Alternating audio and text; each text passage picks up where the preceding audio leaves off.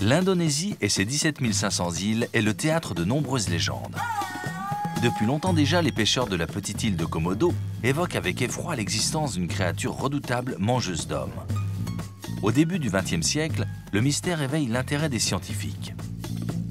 En 1926, l'Américain William Douglas Burden ramène au musée de zoologie de New York une dizaine de spécimens auxquels il donne le nom de dragon de Komodo.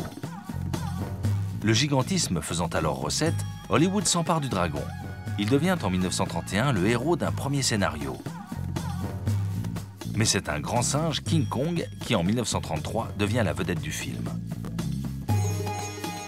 La véritable histoire de ce dragon se perd dans la nuit des temps.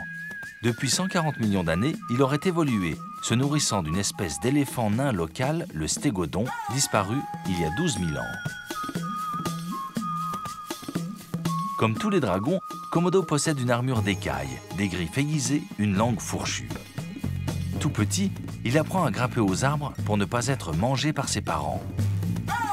Il creuse les tombes et dévore les cadavres, obligeant les villageois à recouvrir les sépultures d'un tas de pierres pour dissuader le charognard. Le dragon que découvrent aujourd'hui les touristes dans le parc national de Komodo semble bien inoffensif. On dit même qu'il peut s'apprivoiser. Mais attention, même en liberté surveillée, un dragon avale enfant imprudent ou adulte malchanceux.